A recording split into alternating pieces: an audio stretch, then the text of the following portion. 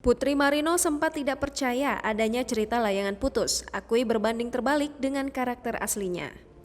Kisah pengkhianatan yang dialami Momi ASF dan sempat viral di Facebook pada 2019 silam, kini berhasil menyedot kembali perhatian masyarakat Indonesia. Kisah nyata Nan Pilu ini pun berhasil diadopsi menjadi sebuah tayangan web series di WeTV berjudul Layangan Putus. Serial Layangan Putus ini berhasil mendapat respon positif dari para penontonnya. Tak ayal, kisahnya yang pilu karena dihianati suaminya menggugah hati para penonton, tak terkecuali salah satu pemeran utamanya yakni Putri Marino yang berperan sebagai Kinan. Diungkapkan Putri Marino dalam sesi wawancara yang disiarkan channel YouTube MD Entertainment pada 30 November 2021 lalu, bahwa ia sempat merasa tidak percaya dengan adanya kisah layangan putus.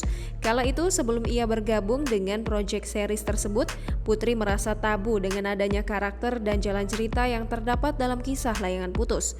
Ia merasa tak percaya jika ada sosok istri yang terlalu kuat dan sabar saat menghadapi kenyataan bahwa sang suami yang tega mengkhianati istrinya.